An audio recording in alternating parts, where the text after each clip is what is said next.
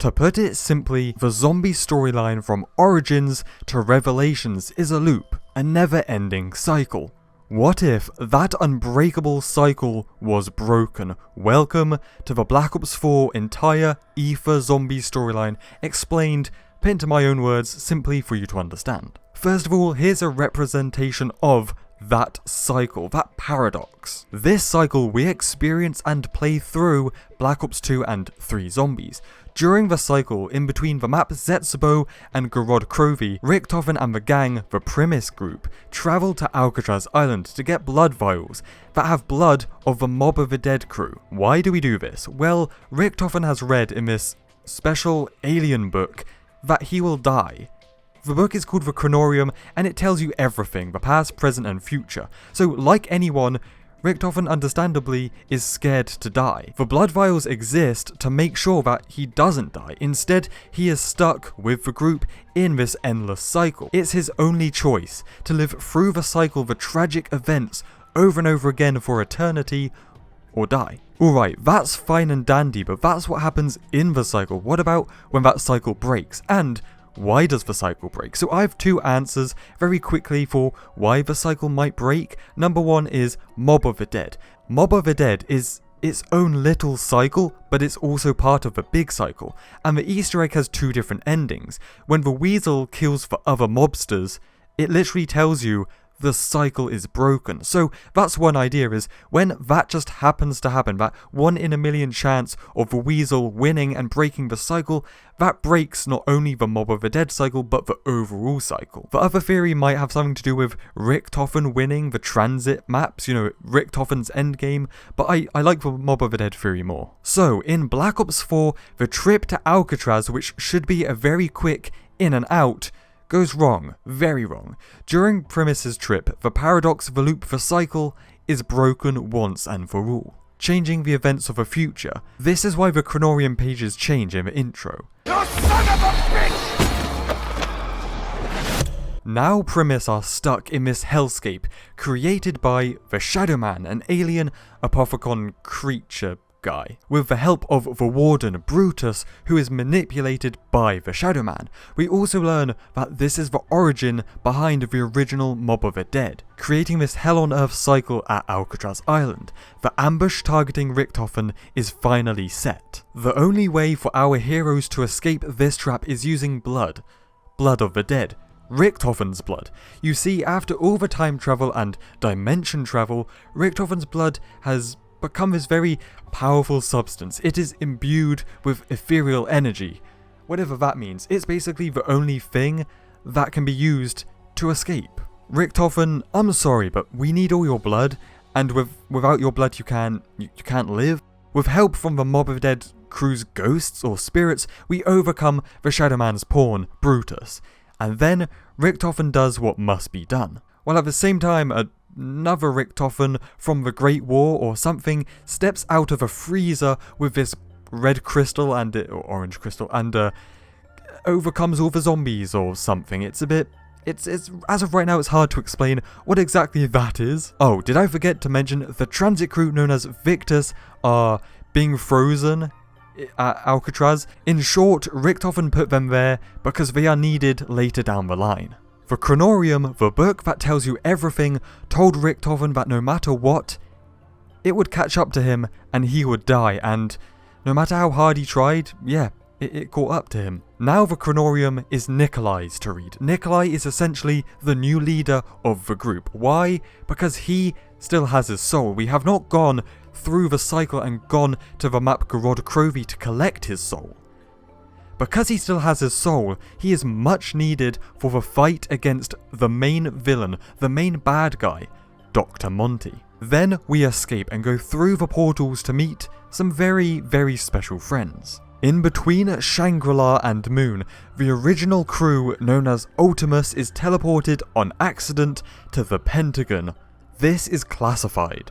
Now, in this map, there are two versions of the same crew, Ultimus. The ones that you play as, once again in between Shangri-La and Moon, but at Area 51, there is the crew from after Moon. That is right, after the events of Moon, the crew is teleported back to Earth on accident by the Americans. The Americans are messing around with all the technology that Group 935 made during World War II, and one of those things is the teleporters and time travel and the moon, Griffin Station, all of that great stuff. So when they're messing around with all of that, they accidentally bring back the characters from Moon. Now at this point in time, the characters are screwed up because of everything they've been through, but especially Richtofen because he has no soul. If you guys remember, in the map Moon, Richtofen swaps souls with Samantha. Maxis says nah fam, and takes the soul, Samantha's soul, out of Richtofen's body, so he is soulless and pretty much dead. Now, the Americans are experimenting on our characters at Area 51 after the events of Moon, and this project is led by a guy called Cornelius Purnell. This guy is obsessed with the experimentation and all of that stuff. Not only that, he knows about Samantha, her powers, the ether and all of that, so he is corrupt by that power. He wants to use that power for himself, so he creates this group, Broken Arrow. Think of Broken Arrow as the American version of Group 935, this secret, not so secret group that are just experimenting on all this weird ass stuff. More on that later, but this is where Treyarch are pure genius. Richtofen is pretty much dead. He is, as they say, catatonic. I've never used that word before. However, after the events of Buried in Black Ops 2, Richtofen's original soul is condemned to the body of a zombie. So there's out there somewhere in the multiverse, there's just a zombie roaming around with Richtofen's original soul. Undead Richtofen. This undead Richtofen comes to this dead, pretty much dead Richtofen and gives him his soul, his original soul. So once again, to put this into perspective for you, this map takes place before Black Ops 2, the events of Black Ops 2, but his soul is from after Black Ops 2 because during Black Ops 2, Richtofen is in the pyramid, he is in the ether, he is in control of the zombies, and just like the Knorrium book, because he's in that pyramid, he can see everything, the past, present and future, the cycle. He is basically God himself, and now that soul has gone back into him, making him one of the most powerful characters in the history of zombies. Hey, that's a pretty big deal. Our two groups of heroes, Ultimus and Primus, join together under the lead of Primus Nikolai and the Book of the Kronorium to take the fight to Dr. Monty, the very mysterious bad guy who we haven't really touched on, but it comes up later. We are on the road to the finale, the great battle against Dr. Monty. We are being led there by Nikolai, and Nikolai is being led by the book, the Kronorium, because it tells him the future, it tells them what is going to happen. And that weighs very heavily on Nikolai's shoulder. He knows that bad stuff is about to go down, and he doesn't know whether to tell the characters, his friends, what are going to happen to them, so he feels the pity for himself and the pity for Richtofen, who died, because that Richtofen was in the same position as him. Once again, thinking back to Richtofen, reading the book and knowing no matter what he would die and fail, so he tried to stop it but couldn't. So instead of trapping ourselves in a cycle to live through hell over and over again for eternity, instead of doing that, we're going to face the truth. And what the truth is, our end goal is to take down, burn down Agartha and the Ether. Let me explain to you what those two things are. So we know that the Moon Pyramid is basically a gateway to the Ether, where you gain ultimate power that Cornelius Purnell is obsessed with. But the Ether isn't a real thing or place, but the physical manifestation of that is called Agartha. And to set the universe right, to get rid of all the horrible stuff, we gotta burn all of that down. Alpha Omega. This Nuketown facility belongs to the Broken Arrow group, where they experimented with many different things, most notable the APD, a reconstruction of that moon pyramid. Once again, this was built by the character Cornelius Purnell so that he could ascend, so that he could go into the ether, so he could grant himself ultimate power, whatever that even means. And this dude, Purnell, when he went in the pyramid, he became the Avogadro. This electric dude. Fighting alongside each other, the crews of Ultimus and Primus obtain the Shard, a powerful artifact that will be needed once again later down the line.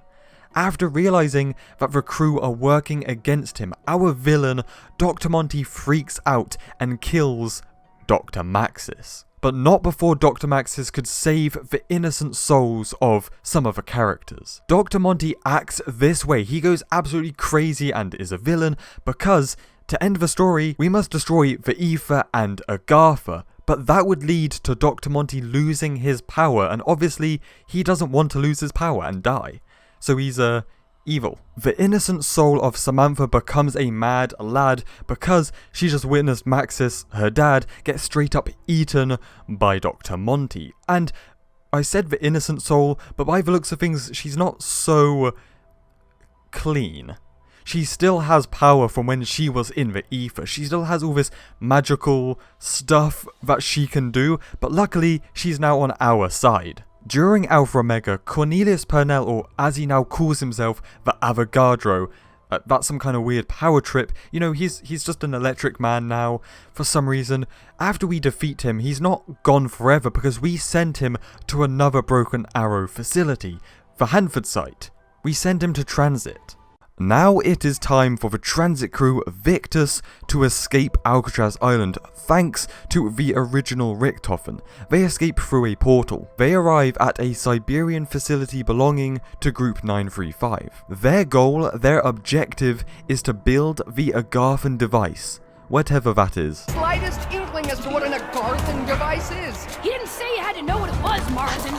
After Alpha Omega, the two crews of Ultimus and Primus pretty much just sit in a forest awaiting their destiny. This is when Ultimus Richthofen reveals his kind of grand scheme, his zombie soul, his original soul. Then at the end of the intro, Nikolai is asking something of Samantha. We don't know what it is, but only she can do it. The transit crew are being used as puppets, yet heroes, to build the Agarthan device, which is basically an assembly of loads of powerful artifacts. Zombies really loves its mysterious artifacts that have big powers. There is blood from an Apothicon Elder, the Vril Vessel, and the Elemental Shard from Alpha Omega. This, put together with the Summoning Key, is what we need to shut down the multiverse. To burn down Agatha and the Ether, to fix everything. During the Easter egg, we meet a character called Hermit, but that's not his name. His name is Pablo Marinus, the Mexican test subject. He is a Mexican guy captured by Germany during World War II, and he is tortured, experimented on, and all that great stuff at both the Eisendrache and this Siberian facility. In fact, he is one of Richthofen's test subjects, original test subjects, along with Takio, Nikolai, and Dempsey. He's one of them. Now there is a radio, an audio reel from Pablo. He dreams of the Great War, and in fact, he talks about the cycle breaking, and we finally have our answer. And I quote, "But it is I who helps the Doctor break his cycle. Near the end of the Great War, when all hope is lost, I protect him while he activates a device, a teleportation mechanism. I hold back the undead as he powers it up. I give him the moment he needs to escape his fate. I ask him, 'Where would you go?' He says, 'There is a prison I must travel to. Hopefully I can intercept our friends before it's too late.'"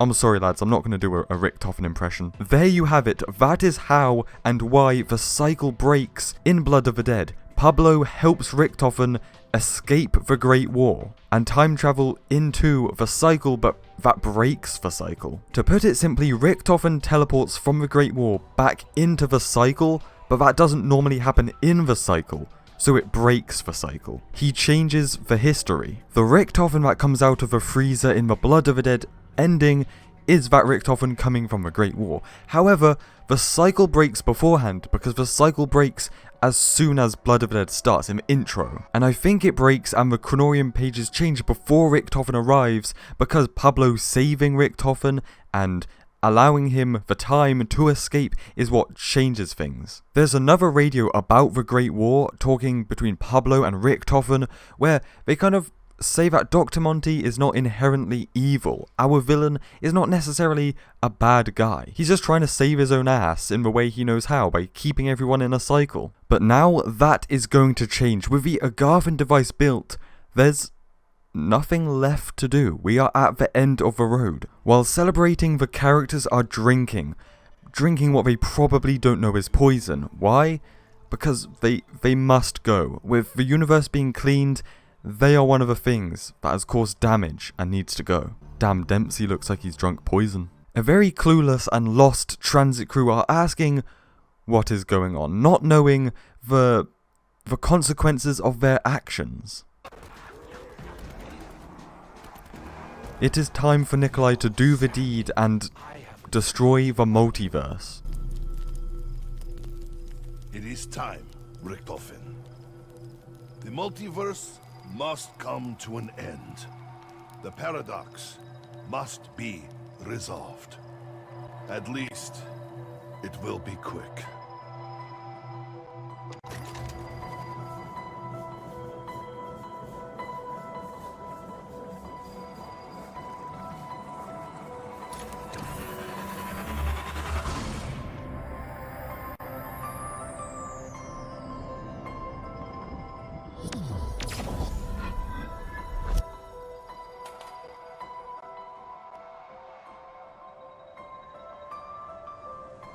The multiverse, the dimensions begin to collapse. I know. And I'm so sorry. Me too, Richtofen.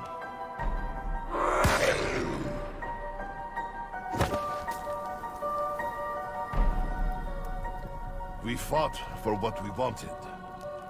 We got more than we deserved. All the chapters of our lives, good and bad. Even if there was no witness, even if no one cared to see, it still happened somewhere. We fought the Great War over and over, but victory could never be ours. Our character's journey from the very beginning, our journey, whether the cycle continues or the cycle breaks, a happily ever after was never the outcome. Our journey is the very reason this madness exists. We are the ones who fractured the universe. This is the truth the Chronorium showed me. The truth Richtofen could no longer face. When we are gone, so too is everything that spewed forth from the ether. Element 115, the Apothecons, even Monty himself. All of it will be banished to where it belongs. The Dark Ether.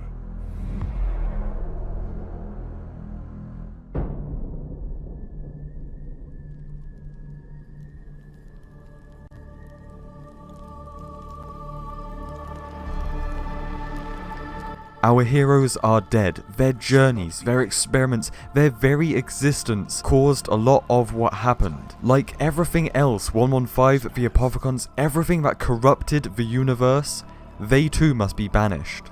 There's no other way.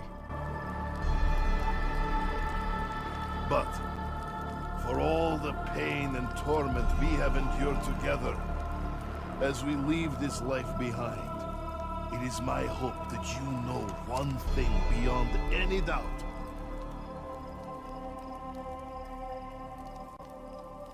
Look away, Eddie.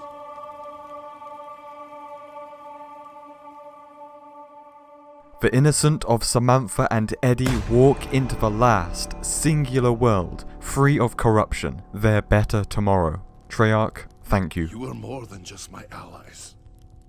My brothers in arms. You were my friends. I would like to return to my home, my beloved, before the bombs fell. If only to die by her side. I see myself at peace, serene, sitting beneath a cherry blossom tree, listening to the joy of my children at play. I think I'd like to teach medicine, maybe pathology.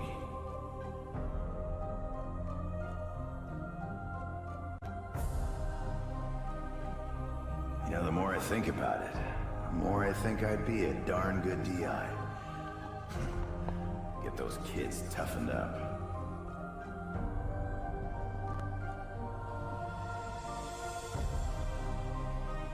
I would like to be in favorite bar, but as long as I have vodka, I am happy man.